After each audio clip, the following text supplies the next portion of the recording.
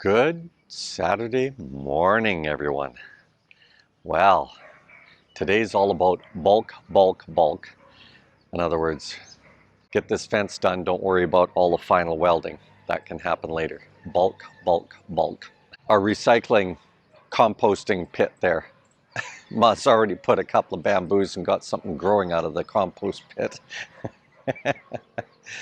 Anyway, so what do we have to do here?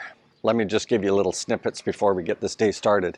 We have to tie this postie to the fence behind me because we don't have a front gate. And similarly here, what we may do is just simply break that bamboo off, move it over to the post and strap it on there.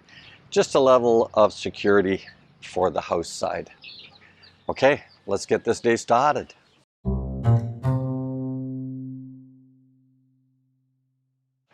Ma has got her very colorful clothing on today.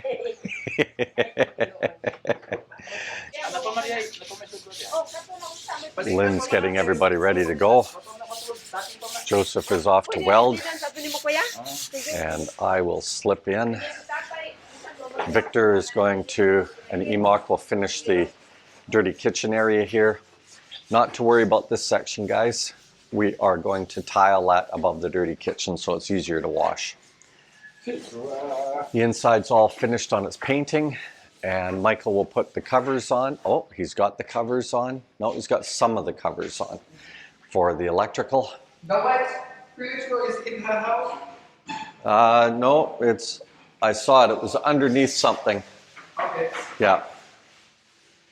And out on the Daggett, oh, we've actually got somebody fishing out in front of our place here, which is not usual. Usually, you know what it's like to go fishing? Notice this when I go lake fishing. There'll be two boat launches on the lake. People get on the lake and they don't just start fishing. Across the other side of the lake, start fishing. The people on the other side that launch their boats there, and then they start fishing.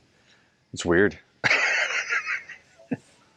Got to get away from the boat launch just to get your fish. Crazy, man, crazy. The inside is ready for tiles, period, end of sentence. We have a visitor coming tomorrow to see the AAC block, and so they will be able to see some finished and unfinished sections here for their observation. And I'm going to set up some tools in case he wants to drill in or cut or any of that kind of thing. Sometimes just handling it a little bit can make all the difference to the head. A little footnote, we had another car accident yesterday. Ay's a biga. I haven't had an accident since I was a kid using mom and dad's car, and I didn't tell them, and it's still hanging over my head after all these years. But this is the second time we've had a motorcycle accident in a year. And both were coming from behind because they like to shoot for the gaps. Now this one was on the highway. It was coming up over a corner.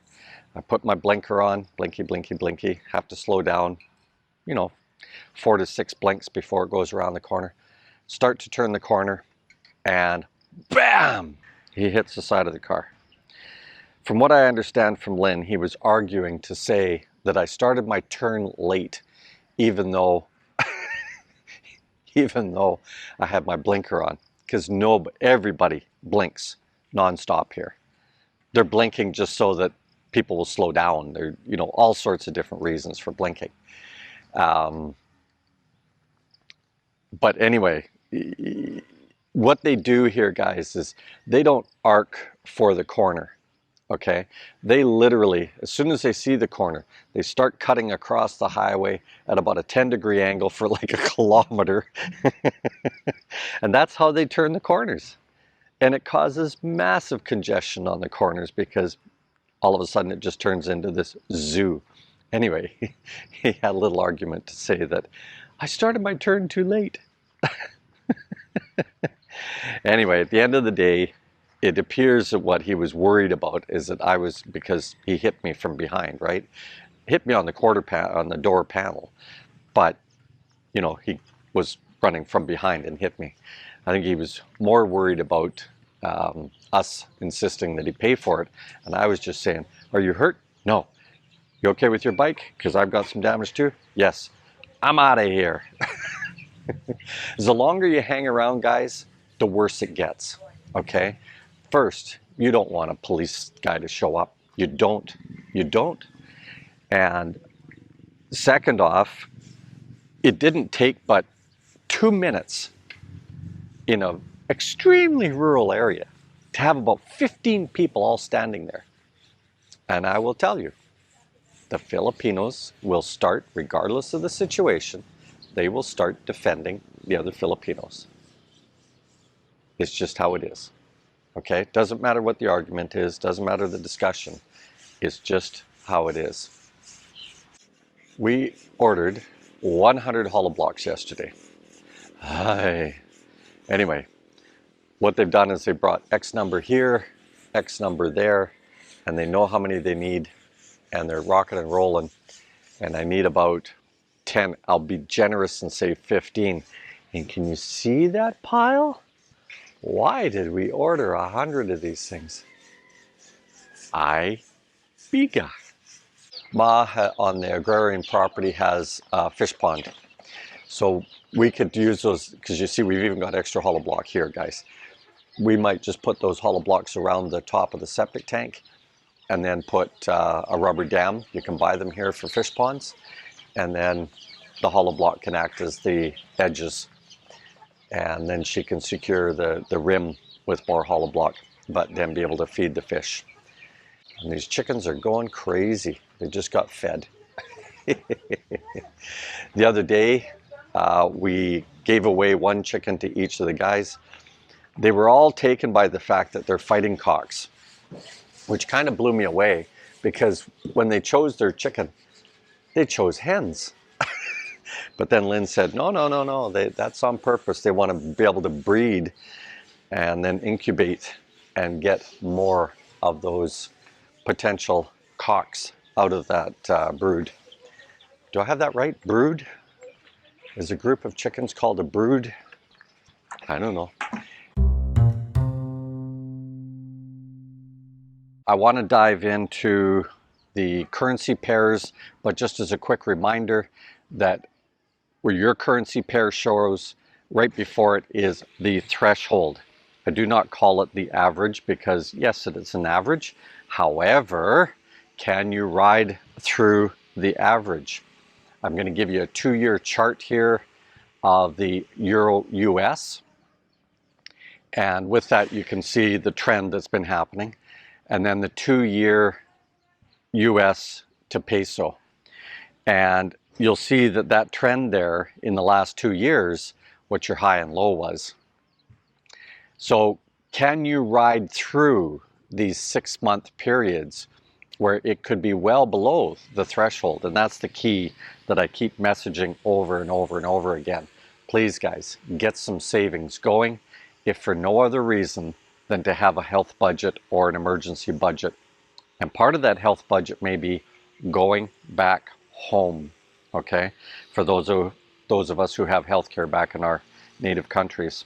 Let's have a look at what's been happening here with the Euro US again, and show that what's been happening is that there is a crowning effect here. You can see by the trend line underneath, it shows that it should be widening, but we're seeing a little curling top here.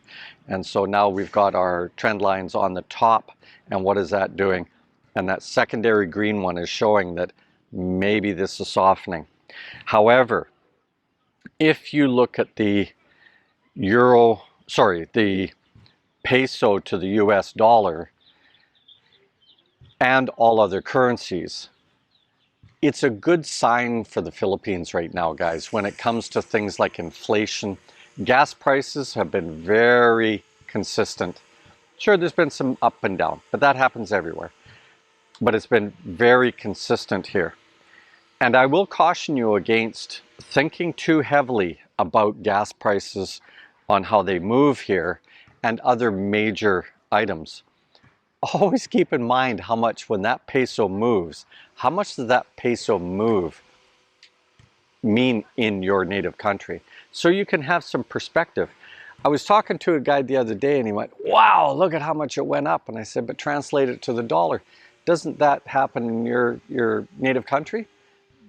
How much does yours bounce up and down? And he goes, oh, yeah, that's pretty minor. It feels like a lot. It does, guys.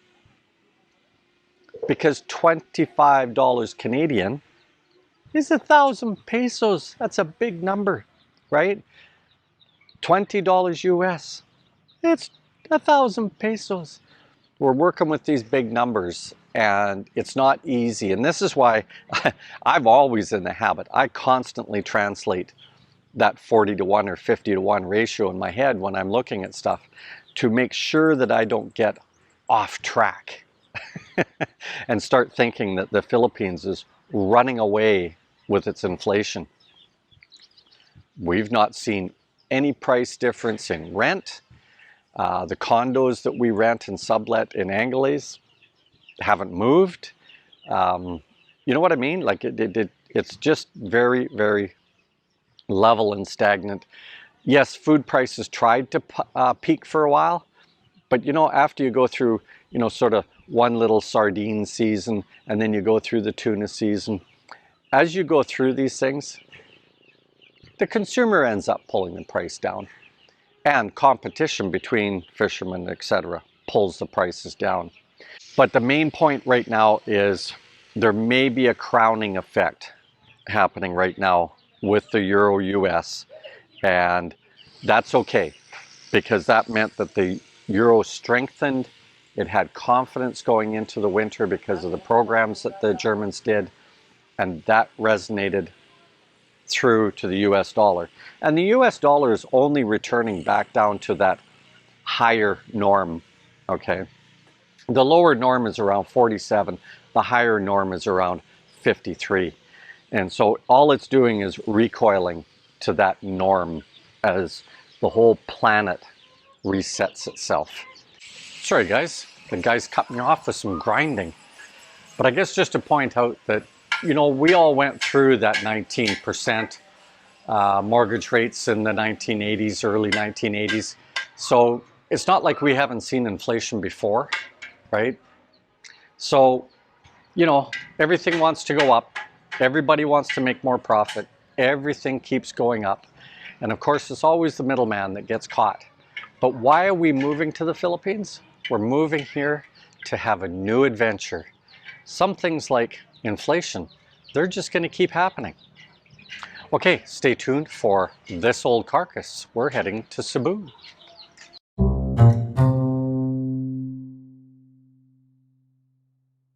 Hey guys, Lynn and I are going to be heading to Cebu City soon, and we would like to know if there's anything that you would like to see. I still feel that the routine should be to get your feet wet for the first time, is to fly into Manila, grab your domestic flight down to Cebu, get adjusted.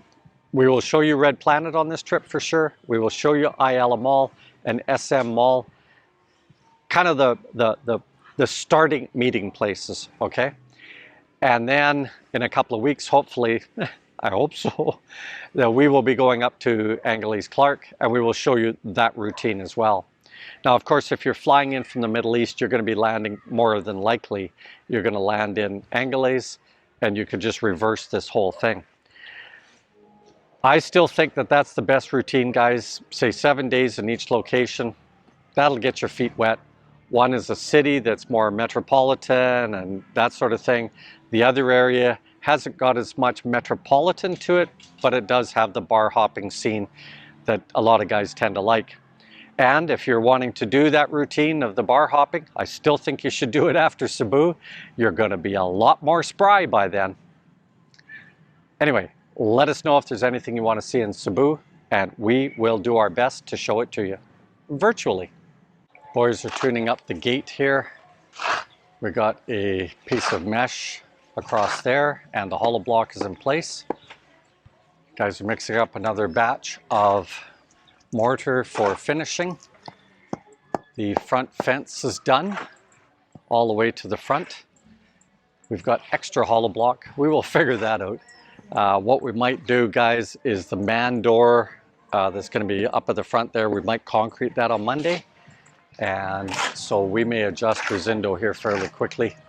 But the guys are really just doing a lot of finishing and such. We got to get these dwarf coconuts out of here. Cedra's looking for some nibbles.